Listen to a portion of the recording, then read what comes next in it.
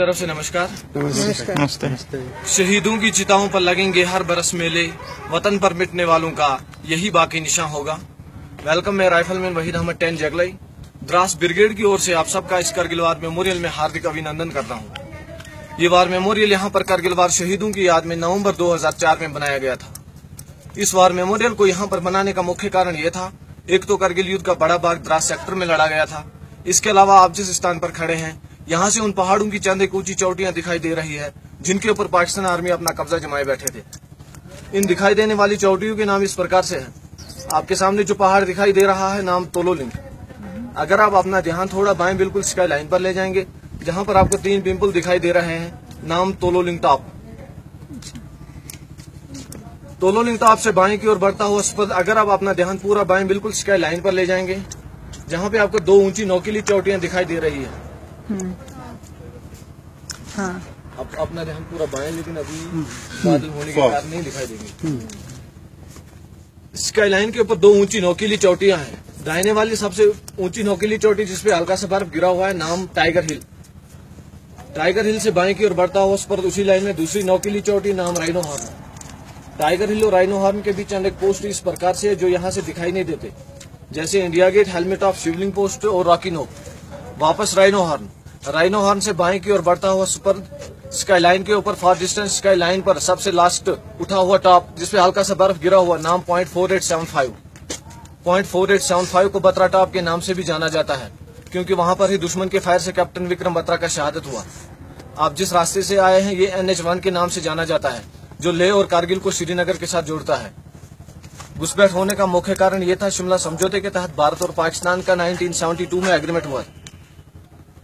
क्योंकि दोनों देशों की सेना विंटर के दौरान LOC को छोड़कर कम बर्फीले इलाके में चले जाते थे, या सर्दी ज्यादा होने के कारण ये इलाका विश्व में दूसरे स्थान पर और एशिया में प्रथम स्थान पर 9 जनवरी 1995 में -60 डिग्री टेम्परेचर यहाँ का रिकॉर्ड किया गया। 1998 के विंटर के दौरान जब हमारी भारतीय सेना LOC को छोड़कर कम बर्फीले इलाके में चले गए, तो उस समय पाकिस्तान आर्मी ने धोखे से हमारे पोस्टों के ऊपर कब्जा किया था। 1999 में समर के दौरान जब हमारी भारतीय सेना दोबारा वापस LOC पर गया, तो देखा गया पाकिस्तान आर्मी के 3 इन्फेंट्री ब्रिगेड लगभग इन 400 ऊंची पहाड़ियों पर अपना कब्जा जमाए बैठे थे। ये एरिया गुमरी से लेकर साउथ ग्लेशियर तुर्तक तक था। तकरीबन 150 किलोमीटर दुश्मन ने कैप्चर कर रखा था। ये ऑपरेशन 20 मई 1999 को शुरू हुआ था और 26 जुलाई 1999 को संपन्न हुआ। इसलिए हर साल विजय दिवस 26 जुलाई को ही इस करगिल वार मेमोरियल पर मनाया जाता है। आपके सामने तोलोलिंग पहाड़ पर दुश्मन अपना कब्जा जमाए बैठे थे। तोलोलिंग पहाड़ पर सबसे पहले 18 ग्रेनेडियर के जवानों द्वारा ऑपरेशन शुरू किया गया, लेकिन अच्छी तरह पोजीशन बनाकर बैठे पाकिस्तान आर्मी के प्रभावित फायर के द्वारा यूनिट की मूवमेंट को रोक दिया गया। मूवमेंट केवल खराब मौसम और अंधेरी रात में कामयाब हुआ। चंद दिनों की लड़ाई के बाद 18 ग्रेनेडियर एक फॉर्म बेस बनाने में कामयाब हो गया। तोलोलिंग पहाड़ पर कब्जा करने के लिए 18 ग्रेनेडियर बटालियन के साथ 2 राजरी बटालियन को डिटेल किया गया। दोनों बटालियनों ने अच्छी प्लानिंग के साथ अलग अलग दिशाओं से हमला किया और 20 मई 1999 से लेकर 13 जून 1999 तक चले संघर्षपूर्ण ऑपरेशन के दौरान दुश्मन को मुंह तोड़ जवाब दिया और तोलोलिंग पहाड़ को फिर से अपने कब्जे में ले लिया। उस ऑपरेशन के दौरान हमारी भारतीय सेना को काफी नुकसान उठाना पड़ा। उस ऑपरेशन के दौरान हमारी भारतीय सेना के 3 ऑफिसर, 4 जूनियर कमीशन ऑफिसर और 33 जवानों का शहादत हुआ। तोलोलिंग पहाड़ पर कब्जा करने के बाद हमारी भारतीय सेना का ध्यान टाइगर हिल पर गया, क्योंकि टाइगर हिल से दुश्मन NH1 को सीधा शूट करता था, जिससे सेना की कानवाई और सिविल गाड़ियों को आने जाने में काफी परेशानी होती थी। टाइगर हिल पर कब्जा करने के लिए हमारी भारतीय सेना की ओर से 18 ग्रेनेडियर बटालियन और 8 सिख बटालियन को डिटेल किया गया। दोनों बटालियनों ने अच्छी प्लानिंग के साथ अलग अलग दिशाओं से हमला किया और 3 जुलाई 1999 से लेकर 8 जुलाई 1999 तक चले इस ऑपरेशन के दौरान टाइगर हिल को फिर से अपने कब्जे में ले लिया।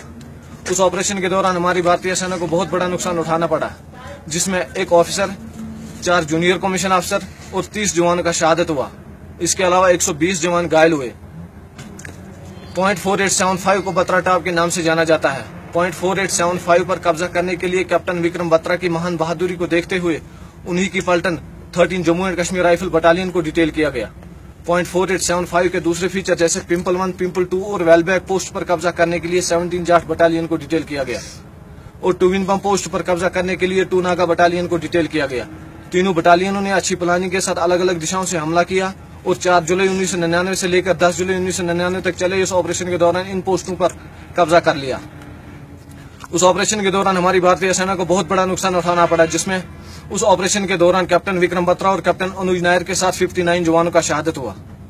कैप्टन विक्रम बत्रा और राइफलमैन संजय कुमार की महान बहादुरी को देखते हुए उन्हें परमवीर चक्र से नवाजा गया तथा कैप्टन अनुज नायर की बहादुरी को देखते हुए उन्हें महावीर चक्र से सम्मानित किया गया। जिन बटालियनों ने इस कारगिल युद्ध में हिस्सा लिया, जिन बटालियनों के ऑफिसर, जूनियर कमीशन ऑफिसर जवानों ने देश के खातिर युद्ध में शहादत प्राप्त किया, उन सभी के नाम इस वार मेमोरियल में दर्ज है। ये वार मेमोरियल कारगिल युद्ध का इतिहास गवाह है। आपके दाहिने हार्ट ऑफ रिमेम्बरेंस, जिसमें पाकिस्तान आर्मी का कुछ इक्विपमेंट, फोटोग्राफ्स और उन बटालियनों की हिस्ट्री लिखी है जिन्होंने इस युद्ध में हिस्सा लिया था। आपके बाएं 1965 से लेकर अब तक इस इलाके में शहीद होने वाले जवानों के नाम पे वीर भूमि तैयार किया गया है, इसे भी आप देख सकते हैं। आपके सामने नेशनल फ्लैग, पोल की हाइट 100 फीट और फ्लैग इसका 25 by 37 feet. Last year flag foundation के मेंबर मिस्टर नवीन जिनाल ने इसे 26 जुलाई पर गिफ्ट दिया। इन शहीदों की शहादत का कोई भी शब्द बयान नहीं कर सकता। हम इन्हें सलाम करते हैं, ये देश इन्हें सलाम करता है।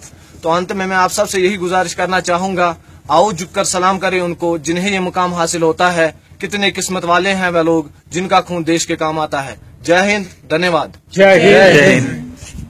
Thank you. बहुत बहुत शुक्रिया।